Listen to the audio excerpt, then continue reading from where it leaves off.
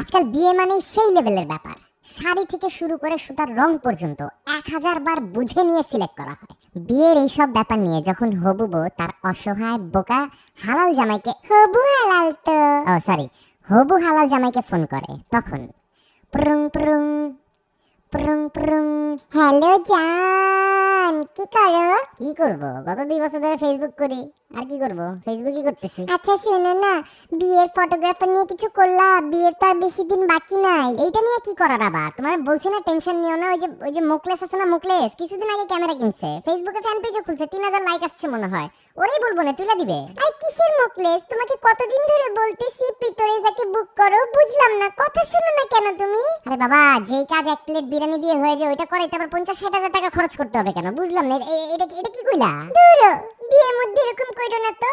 প্রিটোরেজাকে দিয়ে তুলাইলে জানো ও অ্যাঙ্গেল বুঝিয়ে। আমার তো সব সাইড ভালো ছবি আসে না। আর জানো, আমাকে ছবিতে মোটাও লাগবে না, আমাকে একদম স্লিম লাগবে। তোমার ভালো লাগবে না বলো? তোমার বউকে যদি শাকিরার মতন কোমর দেখালে? তাই নাকি? কইলাটা কি মিয়া তুমি? এটা আগে কইবা না, হুদাই তোমার খাওয়া দাওয়া বন্ধ করার কথা বলছি। তাইলে তো ওরে নিয়ে তোমার সামনে বসাইলেই তো হইতো এতদিন। তোমাকে তাহলে আর মোটা লাগতো না। তুমি আমাকে মোটা বললা? আমি কই কইলাম তোমারে মোটা? তুমি না মাত্র কইলা যে তোমার ছবি তুলে দিলে তোমার স্লিম লাগবে। আমার চাচিও বলছিল তোমার ফ্যামিলি আমার শরীর নিয়ে অনেক কথা বলে। এতই যখন আমার শরীর নিয়ে কমপ্লেন, তাহলে বিয়ে করার কি দরকার?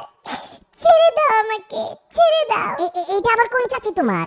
3 বছরে তো এই প্রথম তোমার চাচির নাম শুনলাম। কি রে ভাই? প্রিটোরেজা বলছিল ওয়েডিং ডায়েরিতে ওদের বুকিং দিলে সাকিব আল হাসানের মতো আমাদেরও বিয়ের ছবি তুলবে সুন্দর করে। বিয়ে করে কি করার জন্য বলো? এত সুন্দর শাড়ি পরে কেন বলো?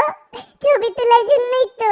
আমার শাড়িতে যদি একটু ঝিকঝিক না করে, এডিট না করে, তাহলে কি হইতো বলো? আর এত ইম্পর্টেন্ট একটা কাজ যদি ভালো কেউ না করে, হইলো কিছু বলো? বুঝলাম না কিছু, কিন্তু আমি জানি না, মানে ফটোগ্রাফি নিয়ে এত ঝামেলা হচ্ছে কেন ভাই? বিয়ে করতেছি তো সংসার করার জন্য, তাই না? ছবি দিয়ে কি করবো আমি? কি বলো জানি সব কি বলো? কেন এমন করতেছ আমার সাথে জান? কত স্বপ্ন দেখছি বলো।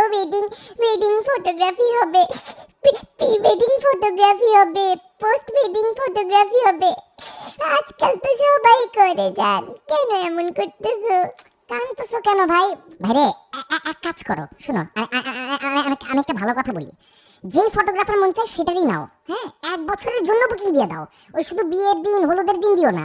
শোনো, আমার কথাটা শোনো। বেডরুমে একটা ফ্লোর বেডিং করার ব্যবস্থা করতেছি। মনে করো ফটোগ্রাফার থাকলো আমাদের সাথে 1 বছর, হ্যাঁ? বিয়ের প্রথম সকাল রাতটাও দেখলো, ওইটারও একটা ছবি তুললো। তারপর মনে করো পরের দিন তুমি গোসল করে যখন বের হবা, তখন মনে করো তোমার ভেজা চুলের একটা ছবি তুললো। ওটা ইম্পর্টেন্ট না? বিয়ের প্রথম ভেজা চুলের একটা ছবি লাগবে না তোমার? ওইটার একটা ছবি তুললো। তারপর ধরো মনে করো বিয়ের 7 দিন, বিয়ের 1 মাস, 2 মাস, এরকম করে পুরো 1 বছর ছবি তুললো।